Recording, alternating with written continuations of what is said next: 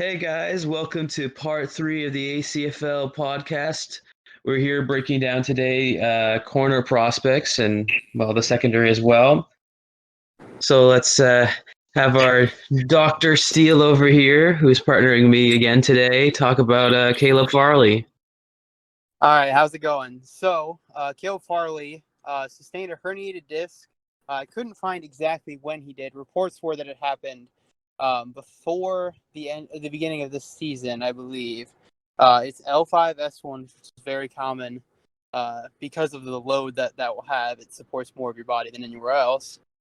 So it's a microdiscectomy, alleviates pain. Basically, they just remove the part of the disc that was pressing.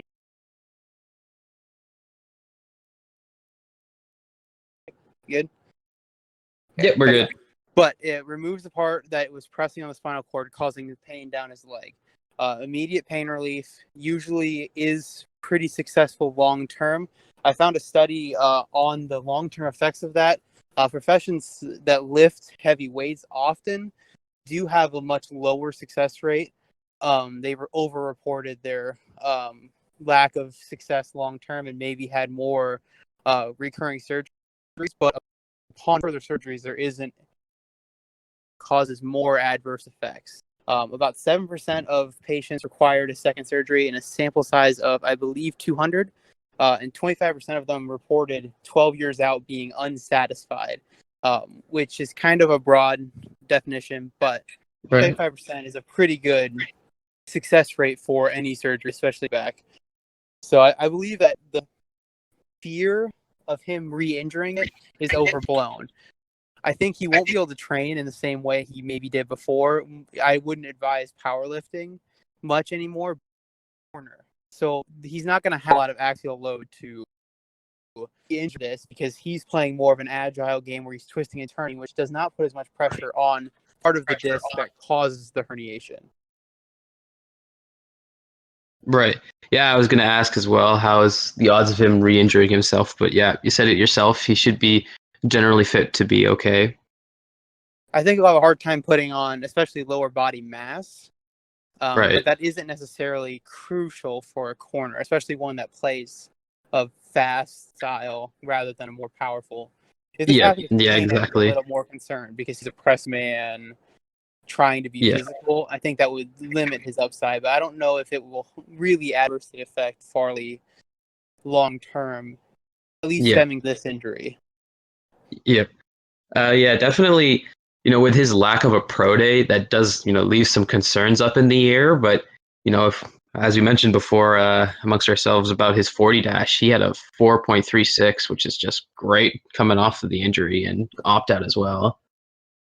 Yeah, and he ran an unofficial, I think, like 4.27 that was recorded. And that one, I think, has low. I mean, some of these you usually add a tenth, but still, he's shown he has that top end speed. Yep, and that's definitely what his main upside is if you're drafting him. Yep. Well, before we get into Caleb in depth, I'd like to just quickly talk about in general this corner class. While it doesn't have quite like the same, top 5 prospect like last year in Okuda, it does have quite a lot more depth than I give it credit for, I'd have to say.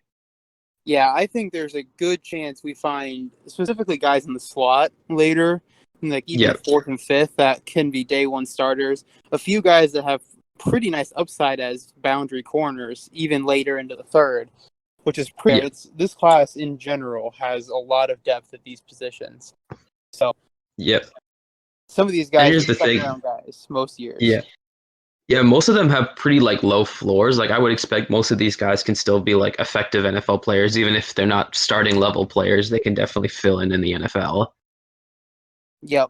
One guy I'd point out as this kind of sleeper group, Marco Wilson. He's the second most athletic corner ever, or since the '87 when they started testing this stuff reliably. He's supposed to go late 2nd, 3rd, and I mean that athleticism at that range, he's definitely the most raw for a while of that. Right. That athletic profile gives him the just crazy upside, which usually you would try getting, but there also is more equally as crazy athletes in this class. So Yep, move on to Caleb Farley. Yeah, I'll cover him really quick. Speaking of quick, oh my goodness, Caleb Farley has some immense speed, and that is the big reason why you would draft him. This guy could, if you're looking, especially if you're in the AFC West, if you're looking for a guy to keep up with Tyreek, here's your man. He's 6'2" with 33-inch arms. He's got some really good length. As we mentioned, his 40 time was fantastic. He really doesn't get beaten very much. He could use some more smoother technique, especially with his ball awareness. I find he's very late to look back when the ball's in the air, if not at all, and that's what's really holding him back from kind of being a really effective ball hawk, or at least having more passes defended. It makes it tough because I feel like that's something he would have addressed in his second year if he hadn't opted out or hadn't got injured as well. He's definitely a really solid man corner, I would have to say. And he's got some really good upside and intangibles. He's got some decent zone coverage as well. I would still expect at the next level he's going to be an outside, man corner. I mean, his man defense is fantastic. The way he can just catch up and perceive, it's just great. But yeah, my comp for him is Jimmy Smith. Very similar, Okay. high pace. He keeps up with guys really well. I think if he can just master, more of his ball awareness and how to make plays onto the ball, he's going to be a really fantastic corner in this league. That's funny. I actually have at least on a low end scale for somebody else. So that's kind of funny. Yeah. You said Jimmy Smith kind of the same way. Yeah. I would say I see his man upside. That's the thing we talked about like early in the draft process. It was him or Surtain going 9 or 10. Right. It was just a matter of order. And with like the injury and stuff, I get it. But is he still not the best corner for the Broncos defense in this class? Like, I don't know if. Yeah, maybe for the Bronco stop him defense. from that high upside. That's kind of the thing that probably would differ. I don't know if I would rank him there, but like, if you're picking Surtain for them because they mix it up a lot, it's just like the flexibility that he gives you and then just that crazy upside. I trust Fangio can coach up, the minor technique issues he has. He's a DB whisperer, so give him the physical tools and just let him go crazy. Yeah, and I find that too. His intangibles really do kind of stick out to you. I think out of anyone in the class, he's probably got like the most tools to really translate into the next level. But yeah, let you get into Patrick Surtain, the other top guy in this class. So I think with him, instincts is the big one. Zone instincts, and his technique and press. Those are the things that set him apart. If you put him in like an off man or anything like that, I think he's going to struggle early on, at least relative to where he'll be picked. So that's kind of the issue I see with him compared to maybe a Farley. He's not the best man corner. So if you're looking for man, but Dan Quinn in Dallas, cover 3, I mean, that's where I see it. Maybe he'd be about him coming into this where he was going to run his 40, right? Because he looked fast, but didn't know test us. And he, 4.42, that's what you need. And then out of him for him to be, CB1 to me. And I think he has with the traits and how good he is in zone and press, he's going to be day one impact. For sure. Yeah, his route perception is really good. He has this really good, he's able to read hips. I find his perception is what really makes him his probably best trait, and that's what really gets him over the top for me over a lot of the other corners in this class. Yeah, I think he's really the only corner that's great in press in this class. Like any other guys are fine, and or you could see the upside, but I think coming out, he's like the only one. It's like, he's the press guy. The only one. Yeah, and that is he's probably he really excels at it. Actually, before we move on, since we brought up the topic of them being 9 and 10, I kind of find it interesting because after 9 and 10, there aren't a whole lot of landing spots for the both corners until much later in the first round. I mean, maybe Surtain gets away. But Oakland just spent a first, so do we want to spend another first on a corner when we just, whether your opinion of Damon Arnett is they blew, they did just spend a first-round pick on a corner. Yeah. I mean, So yeah, and they that's have kind of dire needs replaced. everywhere. Yeah. The And Cardinals in real life, losing Pat Pete and stuff. Well, I guess here too. I haven't looked yeah, into that depth chart as much, but I know Cardinals were a team that is a Farley spot or potentially a J.C. Horn. We right. can talk about later, but that's the first real team that's like, yeah, corner for sure could be Yeah. a place for them. Low key, I could see the Patriots in real life going there. That's what I was gonna Because say, they especially in have an this league. offensive weapon, so it's like, okay, now we're just gonna have 3 elite corners, especially if Farley falls or something. And they're just like, okay, Bill Belichick can coach him, So Yeah. that's a team I could see. I don't know if that's their biggest need, but it's like we'll go best player available because we're the Patriots and we'll figure it out. Yeah. And that's another team of interest is the Raiders, because I mean, Yep. but that's the thing, they've got holes everywhere on that They defense, have and they holes could go everywhere, pretty much and they've anywhere. invested. They've invested in that Yep. corner spot. They haven't invested as wisely as I would hope they would, but they have invested. Yep. Yep. And I think this is a good class. At least between these two guys, there's a guy within there that could probably be a solid fit. Gotcha. So let's move on. Is it me next or you? Me next. No, it's me. Is it me? I think it's me because you did Certain. You're right. Yes, we mixed the order up. So you're good. You're Yep. next. Yep. All right. I'm going to do someone I'm a big fan of, Greg Newsome. I mean, his footwork and technique is really good. I mean, he's a superb ball hawk. He's got this really aggressive side to him, though that's kind of half his problem because I do see him coming to the NFL and getting penalized quite a bit.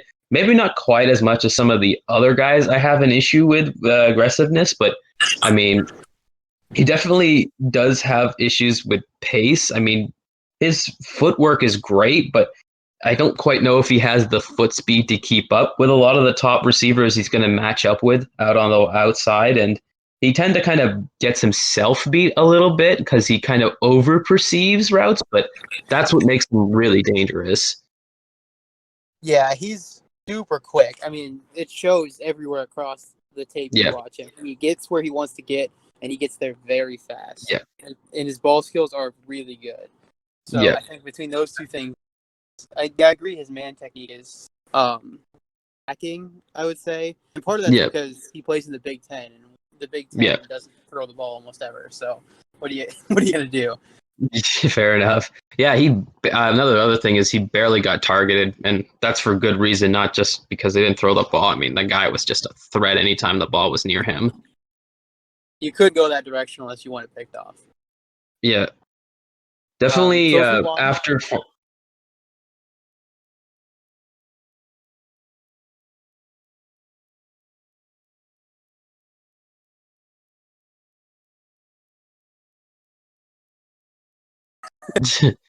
J.C. Horn, I struggle with where to put him because there's a big push for him to be cornerback 1 right now, and I think that's partially because Farley fell off and they want to keep it interesting. But I don't know what's changed from then on. Like you knew he was going to be a good athlete. A 9.99 RAS score is great. Like obviously he's top 3, but like on tape, I don't know if he played that fast. He's got great man technique for where he's at. But I don't know if his ball skills are really that good, and I don't know if he trusts it either. Like I think he plays with his hands too much because I don't think he and right, lack of confidence in that part of it. He's covered some just amazing receivers, so I can understand being, oh god, I got to really get him. But I think his aggressiveness will it'll create a good like a boom or bust week to week player. He'll get 2 interceptions if he's got a good matchup and a quarterback that's testing him, or he'll get burned 3 times, especially early on. I actually have a Marcus Peters comp on him because that's about right. Yeah, he plays out here. He is pretty instinctive, kind of like Marcus Peters is, just breaking on routes and understanding what the offense to do against him. But it's just a matter of, is that aggressive? Because Marcus Peters, he was able to rein in that aggression at times to be able to not get burned consistently. Can he make that jump while keeping the thing that makes him special? That's a very tough thing to do, tough thing to balance, but he could definitely do it. He's definitely worth a first-round pick. I just don't know if it's cornerback 2 even. Yeah, and I think that's a steep hill for him to climb, considering I think Surtain and Farley are, I think, probably worthy of a top 15 pick at least in any other class.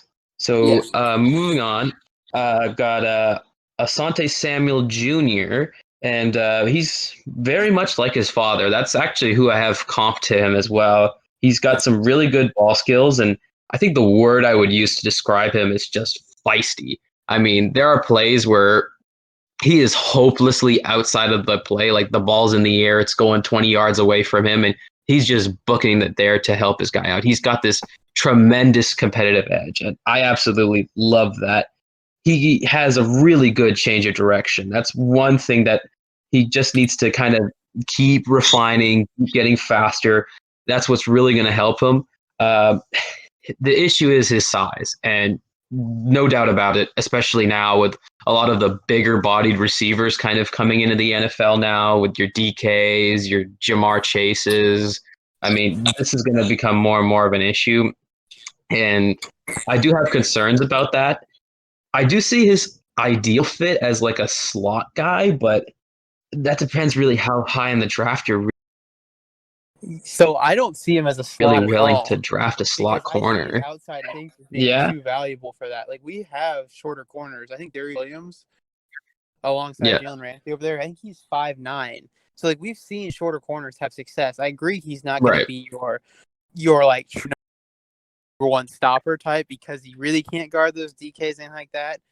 Yeah. But his instincts, I mean, playing off, they just exude off the tape. He's everywhere he needs to Yeah. be when he needs to be there. And his ball skills make up for the fact he's not that tall, along with his quickness. So he doesn't need Yeah. to be tall and long to be able to be a good to great outside corner. I'm pretty high on him as well. Yeah. And I just see on tape everything that you need out of it. If he was 6 foot, we're talking about him potentially being around top 12 pick, but he's not. So Right. you're getting talent that's at that level. Just you're not going Yeah. to be able to throw him everywhere. I mean, it's worth For pointing sure. out that even Surtain, who's the longest and tallest of this group, is Yeah. going to look small next to DK Metcalf. So Fair we're not enough. talking about guys that are towering over him, and that's not usually what corners are trying to do anyway. Yeah. And I think he does a good job kind of mitigating that damage as well. He does, I mean, like I said, his competitive edge really helps him. I mean, you mentioned it yourself. He makes up for his size with his ball skills. And I think, yeah, he's definitely going to still be a solid player in this league, no doubt in my mind at all. I do fear like sub teams kind of get scared away by the hype. But I mean, yeah, like you said, seen guys achieve much before with that height. So you never know. Yep. So then I have Tyson Campbell out of Georgia. So basically, he is we want a starting corner day one, and we want him to be solid for his career in round two. That's what I see him as. I don't project him to be much better than a number 2 corner on a team, at least ideally. But that is a very valuable thing to have on your team. You need at least 3, at least 4 really nowadays. So good athlete. He's a balanced corner. He can do man and zone. Just lacks the aggressiveness and high-end physical traits to be anything really more than that, which is why Right. I think he's undervalued necessarily, even because of this class. I think his relative lack of volatility as a prospect is a plus in this class because there are some lower, especially he's in the same range as like Marco Wilson, for example. So like we're talking about super high volatility and then super low volatility. So late second, we're talking about playoff teams. Like in real life, the Packers could be an example that would need this. You already have Jair Alexander, especially in real life. You have Jair Alexander. Yeah. So pick 60. I mean, that's a good pick if you can get a Yeah. starter, right? He's a clear upgrade over Kevin King, which that's not a huge one. His RAS score is a 7.5. His speed elite, but his agility, explosiveness were about where I expected. His agility's bad, but again, you're not asking for somebody to go make you a bunch of plays. You're asking for somebody to not get beat over the top and cover their guy, and I think he can definitely do that. Yep, I hear you there. I guess moving on, I've got 2 more guys. I have Paulson Adebo. He's definitely got the straight line speed to really be a good effectiveness against the top tall guys. But the problem is outside of that, his like cornering and stuff on routes could be a little dangerous. He's probably going to have to do a lot of press man if he gets in. His change of direction, again, like I said, when it's like an actual route, is not so great. He is very disciplined with his hands, and he does use his like length to his advantage. And I think he just has to learn some more eye coordination to use kind of with his hands, and just also kind of learn how to read routes from receivers. That would really help him get into the next level. I think he could still be, again, another Cut out there. effective.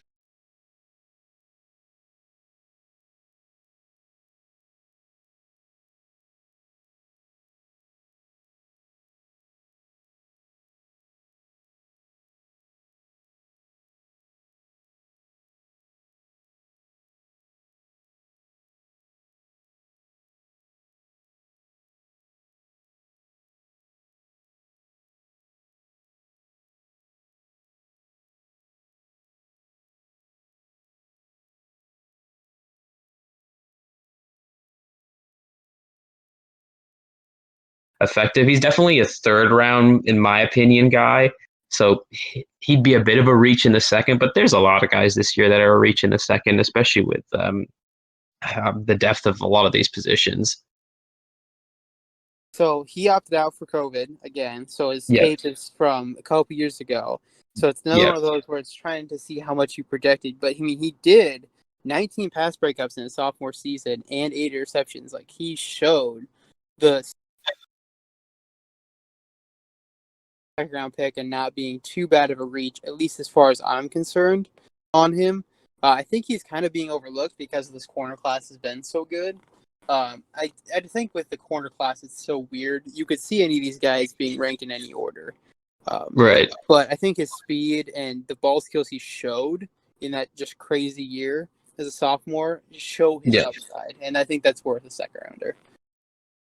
Fair enough. I think there's a lot of guys within this class. We'll get to them. We'll get to them. You've got another one coming up. Who's your last guy again? I have Stokes, right? Yeah, Stokes. I have Stokes. I have one more extra guy, but we'll see if we have time for him. Okay. Well, I have Kelvin Joseph. So he, so I didn't actually research him because you took most of the other guys, but it's okay. True sophomore out of Kentucky.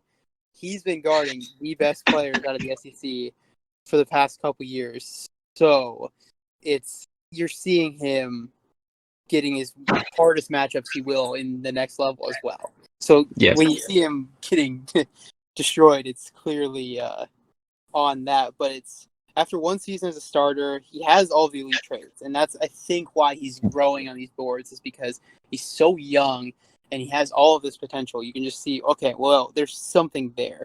His technique isn't great, but it's workable. Like I think he can do enough with it to make him serviceable in year one, and he does show those instincts that you need in a zone scheme, especially. Press, he's pretty bad. And I think they asked him to do it too much against some of these guys. Kind of exposed him in that sense. So he'll definitely need to work on that if he's ever going to be asked to do it at the next level. But there are a lot of teams that, I mean, the Steelers for a long time back in the day never ran press. They just sat 10 yards back. And I think in a scheme that sits him, 4 to 7 yards off is probably about ideal. Let him see his off man and make a play on him. So that's kind of where I see him falling. That's really funny. You mentioned I took the guys you wanted. The extra guy I did scout happened to be Kelvin Joseph as well. Yeah. All right. So we can move on to safeties then. You would love. Wait, I got Stokes. Oh, Stokes. Shoot. Yes. Yep. Absolutely. No worries. Yep. Okay. So Eric Stokes out of Georgia, he's got some really good length and he has some good speed as well. He has a actually really good knack for breaking passes up, and he could definitely. You can argue that his stats are kind of a bit ruined because he kind of uses his body more to pull in the ball on interceptions rather than his hands to go get it, and that's probably what's going to keep him away from being on the higher end of this class. But I still think he's really, really effective. He does have a lot of aggressiveness that gets probably is going to get him penalized a lot. I can tell he gets penalized quite a bit in college, so there's concern there. But just his aggressiveness at the point of attack, the amount of pass breakups this guy can generate, it's just really, really great. I know his aggressiveness is both his strength and weakness, but I guess that's what makes him an interesting prospect. And if he can find a way to balance himself out a little bit on that end, he's going to be really, really effective. Probably one of Yeah, my sleeper corners in this class. I agree for the most part. He's so fast. I mean, he's basically an Yeah, Olympic sprinter. Like, you see it when he's covering a deep ball. He's just, he keeps up with them. They're trying to stack yeah, him, he is and they there. can't gain an inch. I mean, we're talking about some of the fastest guys too. I mean, another SEC Yeah, guy. I mean, you're yeah, talking about Jalen Waddle trying to stack him, and he just can't get over top yeah, of him. So that yeah, speed is definitely there. yeah. All right. Yep. So that probably moves us into the safeties. So do you want to recap kind of how we rank our corners then? Oh boy. Yeah, Yeah, I'll go why first. not? Yep, go So for it. I have Surtain 1, Farley 2. I have Samuel as 3, J.C. Horn 4, Newsom 5. And then I go Campbell, Adebo, Stokes, Joseph. Wow, that's very different than mine. I have Farley number one. Okay, I can see it. I got Farley one, Certain two. It's kind of like a pretty interchangeable one and two. After that, I have Greg Newsom as my number three, followed by J.C. Horn at four, where we probably agree. I actually kind of have a tight tie. I'm going to give Asante Samuel Jr. the edge, but I kind of have Kelvin Joseph and Stokes kind of in that same level. After that, it's probably Adebo and Campbell after that. Yeah, I'm high on Campbell's floor, and I think it's just unique in this class where Yeah, everyone sits. So that's kind of why I put Campbell at 7 instead of 9 like you had him. yeah, But yeah, Kelvin Joseph, that's interesting. I mean, he's a true sophomore. yeah. I So really believe in him, and Greg Newsom in particular is somebody who really gets me excited. I gotcha. All right. Just, I think he has a lot. Yeah. So So safeties. safeties, interesting class for sure. A lot of different opinions on this class. Oh yeah. Like, so I'm not very excited about this class as much. I don't think there's a first round prospect here at all. Right. Um, I would but agree. if there was one that's going to get picked, it's probably Merrig, and that is the one I Yeah. have first. But I don't know if I'm excited about him at all as anything other than a mid second. Like, I or don't early know. second. Early second, I don't think it's a bad pick, but I don't know if I'm Yeah. excited about that as a team if it's there. Especially I think considering this he's class is got the based on wow. that. He definitely has the ability to thump. I'll get more into why I think he's probably still worth a high second, but I'll let you do your, or should I go first? You should go first. I kind of got a I should go sleeper. first. All right. Well, then I got Morig here. Yep, I'll move into him. He's definitely going to have to play strong safety, but he has some really good speed and he's got incredible ball skills. I know he's not quite, rangy enough to fall into free safety, and if he's not able to play free safety, that kind of tanks his value a little bit. But I think he's got some really good attack, like run defense. Probably needs to work a little bit on bulking up for tackling, especially in the NFL with the kind of bulkier running backs. But I think he's got, like, you watch the tape, he's got that thumping ability. He's there to break up passes. I think he is incredible. But definitely he's definitely a little raw for my taste, I would have to say, and that's probably what's going to push him out. And also, he's not really of a position of demand. But I still think he's got enough upside to be worthy of a high second. I don't know if he'll actually go high second, but at least mid-second round, he's got a lot of Yeah, I upside. think the upside's there. This entire class just feels Yeah, like if there was a class here that was going to produce nothing of value in 4 years, it feels like the safety class is the one. I don't know if that's right. going to be the case. I'm sure there's going to be a couple of starters in here because there's a lot of potential in the second, Yeah, third round. But if there was a class that's just like, wow, that class is just not worth drafting any of these guys, it would be this one. I mean, all of them are obviously would be draftable, but you know what I mean. yeah, yeah. I hear you. Yeah, I would understand, taking a safety that high, especially if it's not of a, desirable need. I guess that's a risk. I do think though he has the potential to be really effective. Like I said, he needs to bulk up a bit, but he's got this like high intensity level play, and he's just got a real knack for the ball. I do think he's worthy of the pick. I just don't know where exactly in the high second round that fit is. Yeah, and none of these guys are actually particularly athletic too, which kind of Yeah, makes it weird. yeah, While none of them are necessarily that polished, but none of them are that crazy athletic either. yeah. I think Merrick's what was he, an 8 something? Did I send you? I sent Uh, you a RAS yeah. score. Let me go scroll up through there. Let's see. Oh, I just 7.37. Yep. Good speed. The Yeah. 20-yard split's really elite, but other than that, I mean, it's good to bad. Yeah. Bench was low, so he definitely needs to put on some weight and strength. But that's just the weird thing about this class, because you look at here and you say, well, I can see some potential here, but you're not seeing the physical upside to warrant that potential being first round Yeah. at all. So that's the weird part about this class. That's kind of funny because that's the complete opposite of yesterday's recap on the front seven. Exactly. It was all physical freaks and just No refinement at all. exactly. So then my pick, Tyree Gillespie. Now I do not think he is the second best safety in the class. I'm not necessarily that high on him. I do Right. think he is the fourth. I have him ahead of Cisco and Stearns as like big names that have Ooh, been that is Cisco. getting hyped up. But Right. his position isn't necessarily as valuable. He's a box safety. I think most of these guys are closer to being more cover 2 safeties, or they're sitting in the deep middle. He showed he can play the deep middle. He played a lot of that at Missouri, but I think his strength is guarding tight ends. He's not a crazy athlete, but most tight ends necessarily aren't either. As a strong Right. safety, he has like a 6.2. As a free, he's a 6.01 RAS score. So we're not talking about necessarily a great athlete, but you're talking Yeah. about a 3rd to 4th round pick. So you're not looking for that. Yeah. But he thumps in the run. He does have good top speed, which shows when he's trying to get from 10 yards deep to make a play on the run. He can make it at the line of scrimmage. And Right. I think his coverage history in the deep middle will serve him really well in sitting in more hook zones, and can give you flexibility to put him back there if you wanted to try some robber looks. Right. So he's the guy who, as a sleeper, and as a position that isn't necessarily valued, but is super important, which is guarding these tight ends that are just insane. Yeah. I think he has a role. He guarded to Kyle Pitts, basically shut him down. I think he guarded him on 20 snaps in man when they played Florida, and Pitts had 1 catch on a rub route for 8 yards.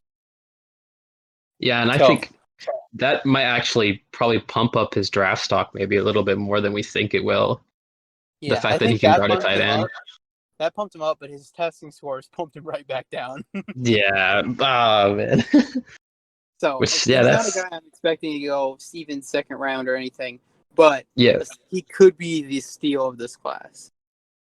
for sure. There's a lot of guys I think that could be steals. I know Kelvin's been kind of rising up boards, but I think he could be a bit of a steal. And if Morig falls a little too far, again, another guy I think is really worth the pick. Yeah, and I just want to touch on a couple guys. So I'll go through my top 4, I guess. So Merrick is 1, and then I have Holland and Grant up there. UCF Right. for Grant, kind of a smaller school, more mid-major type, and he doesn't necessarily have crazy physical tools, but I just see him being just incredibly versatile, and you could see he did everything. Free safety, he played slot corner, he even played a little bit of outside corner. So he Right. played everywhere. And that flexibility, we're sitting here again, kind of sitting more late second, early third. You could see that translating to the next level. Interesting. And then I have 4 is Gillespie, and then 5 is Yeah, Cisco. Gillespie. Yeah, unsurprising. Yeah, Yeah. I'd say that's probably pretty safe. Gillespie being up there, and then I guess it's pretty undisputed. Morig's number 1. That, however, doesn't really, really give this safety class a whole lot of respect. But I still Yeah. think Morig's starting to become a little underrated. But we'll see how it goes in this draft class. Another guy who's interesting is Stearns from Texas. He's basically the only thing I see out of him that is even worth a top 100 pick is his ball skills. But his ball skills, if he was on like Morig, is worth a first. So his ball skills are fantastic. Whenever he's around the ball, he makes a play. He just needs to be around the ball more. So that's kind of an interesting prospect. Texas safeties have had a great track record of translating at the next level too. So there's always that part of it. Just like, they do coach him up well, even if their team is interesting every year. Yeah, man. I know we did cover the corners, but just to circle back, the way I kind of see it, there's a good chance that these corners could fall probably far enough to where there could be like a good run on them in the second round. But yeah, I definitely have a tough time finding exact landing spots for most of the non-first round guys. Yeah, because a corner is always a good pick too. It's never like they don't need corner at all. So I mean, you could see a lot of teams being like, "Yeah, I'll upgrade my corner, or I'll take a stab at a corner in the second." So that's the tough part with finding landings for some of these guys. It's easier in the first because you're drafting studs and you're really trying to fill needs in the first. So it's easier to land these guys like Horn or Newsom, Samuel, Farley, or Surtain, guys that are possibly first or going to be in the first. How many corners do you think in our draft class are going to be in the first round? All right, so I think the Browns trade seems to be for corner. That'd be the only thing that makes sense for me. I feel like the Cowboys are for sure going corner. I don't know why the Broncos aren't considering corner more. I'm talking to you, Tony. But no, but corner, I mean, you could see Farley being there at 9. I think part of it might be that they don't value Farley at that high and they want to move back. Which I can see being like, okay, if he's going to be there at 9, but he's maybe going to be there at 16, with the injury stuff, it might be worth getting Horn instead of him if it doesn't work out. So the Giants didn't get Adoree in this. Oh, that's true. So, in real life, I don't think they're a corner spot necessarily, but I have Adoree. So I could see them looking and seeing Farley in their laps because I think Dallas. I don't know. Dallas could like the speed. I just always like hearing guys from the same school. So get the Bama corners. I don't know. So you could see them going either way, but I think specifically the Giants, if you see that speed for Farley sitting there at 11, like, do you pass? Like, it's between him and Waddle, I feel like. I think both be there. So it's just like, is it... Well, in this, they didn't get Galladay. Oh, true. Oh, God. They've really gotten interesting, huh? Yeah. Oh, my gosh. And they don't have Leo Williams anymore either. Oh, that's going to be fun for the mock draft. Oh, God. Oh, yeah. Hifike's got himself quite the tall task. God, yeah. We've got ourselves a tall task even trying to mock him. Yeah. There's at least like 4 or 3 guys worth probably taking at 11, but like a few of them, like I feel like Farley, if he's going anything past 15 is good value. Maybe anything a little earlier than 13 is a little bit of a reach, considering how good the tackle class and receiving class this is. But I mean, I guess you can't really underestimate the need. The strength of the classes is like it has like a weird double inverse relationship with each other because like the corner class is so strong, it does make the top corners less valuable. But it also makes the top tackles less valuable because there's 20 of them. And so also makes the top receivers less valuable because there is so many of them. So these classes are so strong, but there is these great players. So how do you justify not taking the great player at this position because there's more of those guys later, but there's more of the guys at that position later too. So that's what makes drafting past the like second round really interesting to me because there's a lot of sleeper guys after like round 2 that people are going to be targeting. I agree. So how you draft in the first 2 rounds is really interesting. It's so easy to like the value in the second and third round of this draft. It's just like And you could take every pick in the second and third round and feel like you're still missing guys who have value. Like, Yeah. it's like, oh, this is still a second round guy, but I don't have another second round pick. I can't take him. And then he's there in the third, but there's still another guy that you would have taken in the second there in the third. So it's just like, where do you? It's quite the, and I think without the draft combine and like official testing numbers like that, it's made this a Yeah. little more muddy. Yeah. It definitely with COVID, it's gotten, but that's what makes it interesting. Before we, ramble on a little too long, we'll wrap it up. But I really am super, super excited for this draft. I Yeah, mean, this podcast and the broadcast and everything, it's going to be awesome. I agree. I'm really excited for doing a live mock draft, see what people think of where we decide to pick people. I don't even know where we're going to decide to pick people. So Yeah, I'm curious to hear how people react to our corner rankings. I think we're going to get flamed. I don't know. I think Yeah, I put corners are Newsom so pretty close. high. Well, you had Newsom pretty high, but I mean Newsom's. It's not like you're the only one who thought that. I think Traeger Yeah. just had him pick 12 Dang, or what? something. No, it wasn't 12. It was but Traeger did a top 16 with Kyle Brandt, and I think they took 4 corners. Huh? Oh So goodness. it's not like you're not that crazy high on someone. You're thinking late first for them and Right. mid first for Newsom. So you're not talking that crazy. I guess so, yeah. Anyways, yep. We've covered now the secondary, all the defense actually, I think now. We did the front seven yesterday, right? Yep. So here comes the fun part, guys. We're talking about the skill positions after this. So anyways, thanks for tuning in, guys.